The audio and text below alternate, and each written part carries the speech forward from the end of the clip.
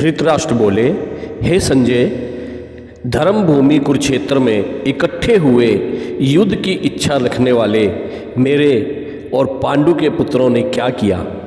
इस पर संजय बोले, उस समय राजा दुर्योधन ने व्यूह रचना युक्त पांडवों की सेना को देखकर और द्रोणाचार्य के पास जाकर यह वचन कहा, हे आचार्य, आपके बुद्धिमान शिष्य द्रुपद पुत्र धृष्टद्युम्न द्वारा व्यूहकार खड़ी की हुई पांडु पुत्रों की इस बड़ी भारी सेना को देखिए।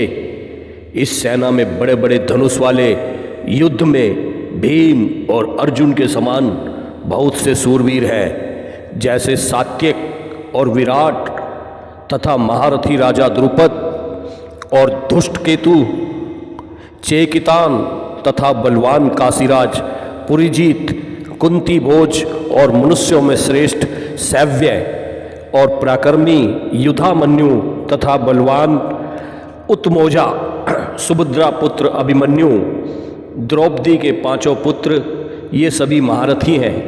हे ब्राह्मण श्रेष्ठ, हमारे पक्ष में भी जो जो प्रधान हैं उनको आप समझ लीजिए। आपके जानने के लिए मेरी सेना के जो जो सेनापति हैं उनको कहता हूँ।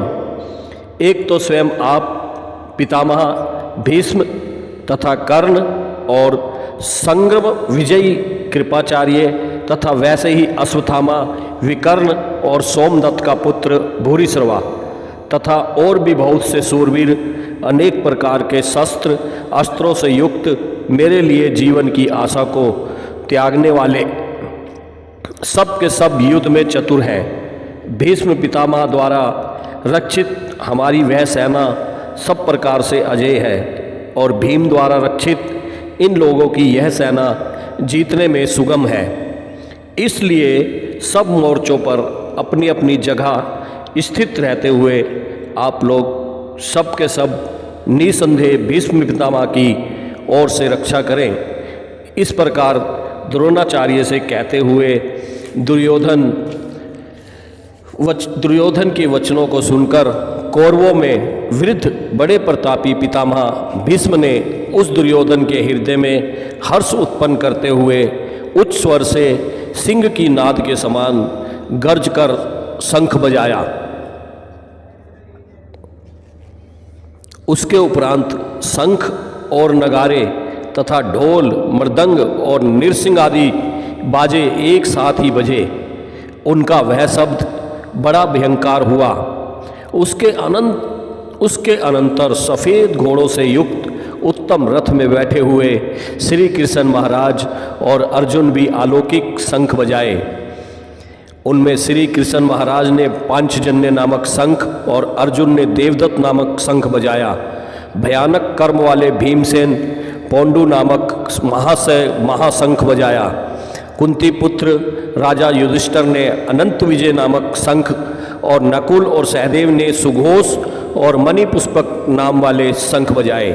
श्रेष्ठ धनुष वाले काशीराज और महारथी शिखंडी और दुष्टद्युम्न तथा राजा विराट और अजय, सात्यक तथा राजा द्रुपद और द्रौपदी के पांचों पुत्र और बड़ी भुजा वाले सुभद्रा पुत्र अभिमन्यु, इन सब ने हे राजन अलग अलग शंख बजाए और इस भयानक शब्दों ने आकाश और पृथ्वी को भी शब्दयमान करते हुए धृतराष्ट्र पुत्रों के हृदय विदीर्ण कर दिए। हे राजन, उसके उपरांत कपिध्वज अर्जुन खड़े हुए धृतराष्ट्र पुत्रों को देखकर उस शस्त्र चलने की तैयारी के समय धनुष उठाकर हंसी के श्री कृष्ण महाराज से यह वचन कहा, हे अच्युत, मेरे रथ को दोनों सेनाओं के बीच में खड़ा करिए, जब तक मैं इन स्थित हुए युद्ध की कामना वालों को अच्छी प्रकार देख ना लूँ कि इस युद्ध रूप व्यापार में मुझे किन किन के साथ युद्ध करना योग्य है। दुर्बुद्धि दुर्योधन का युद्ध में कल्याण चाहने वाले जो जो ये राजा लोग इस सेना में आए हैं, उन युद्ध करने वालों को मैं देखूंगा। संजय बोले, हे धृतराष्ट्र, अर्जुन द्वारा इस प्रकार कहे हुए महाराज श्री कृष्णचंद्र ने दोनों सेनाओं के बीच में भीष्म और द्रोणाचार्य के सामने और संपूर्ण राजाओं के सामने उत्तम रथ को खड़ा करके ऐसे कहा कि हे पार्थ, इन इकट्ठे हुए कौरवों को देख।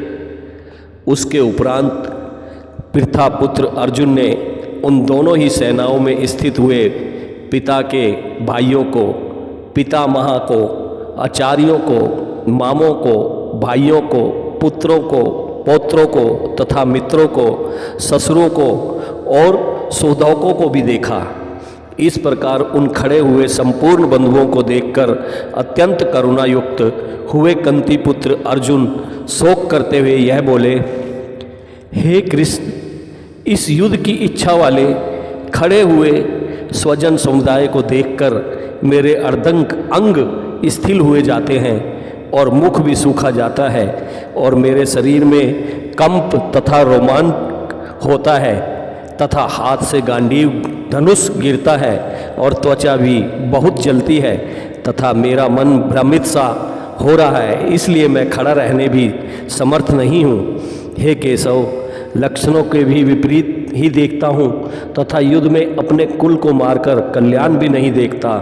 हे कृष्ण, मैं विजय नहीं चाहता, राज्यों तथा सुखों को भी नहीं चाहता। हे गोविंद, हमें राज्य से क्या प्रयोजन है अथवा भोगों और जीवन में क्या प्रयोजन है, क्योंकि हमें जिनके लिए राज्य, भोग और सुखदायक इच्छित है वे ही यह सब धन और जीवन की आशा को त्याग कर युद्ध में खड़े हैं, जो कि गुरुजन, ताऊ, चाचे, लड़के और वैसे ही दादा, मामा, ससुर, पोते, साले तथा और भी संबंधी लोग हैं। इसलिए हे मधुसूदन, मुझे मारने पर भी अथवा 3 लोक के राज्य के लिए भी मैं इन सबको मारना नहीं चाहता। फिर पृथ्वी के लिए तो कहना ही क्या है। हे जनार्दन, धृतराष्ट्र के पुत्रों को मारकर भी हमें क्या प्रसन्नता होगी, इन अताताइयों को मारकर तो हमें पाप ही लगेगा।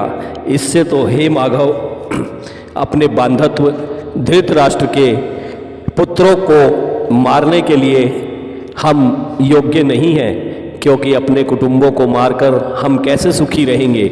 यद्यपि लोभ से भ्रष्टित हुए ये लोग कुल के नाशकृत दोष को और मित्रों के साथ विरोध करने में पापों को नहीं देखा है, परंतु हे जनार्दन, कुल के नाश करने से होते हुए दोष को जानने वाले हम लोगों को इस पाप से हटने के लिए क्यों नहीं विचार करना चाहिए, क्योंकि कुल के नाश होने से सनातन कुल धर्म नष्ट हो जाता है। धर्म के नाश होने से संपूर्ण कुल को पाप और बहुत दबा लेता है।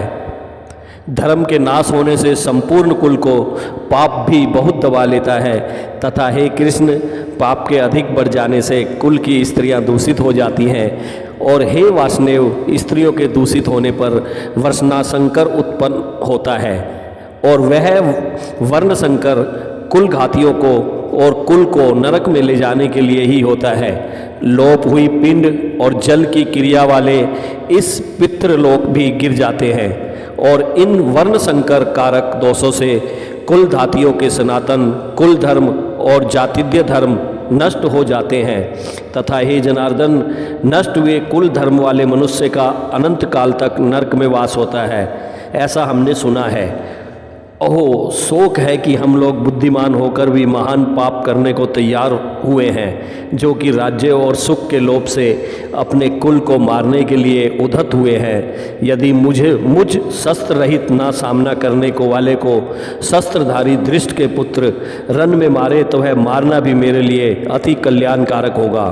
संजय बोले, रणभूमि में शोक से उदित मन वाले अर्जुन इस प्रकार कहकर बाण सहित धनुष को त्याग कर रथ के पिछले भाग में बैठ गए।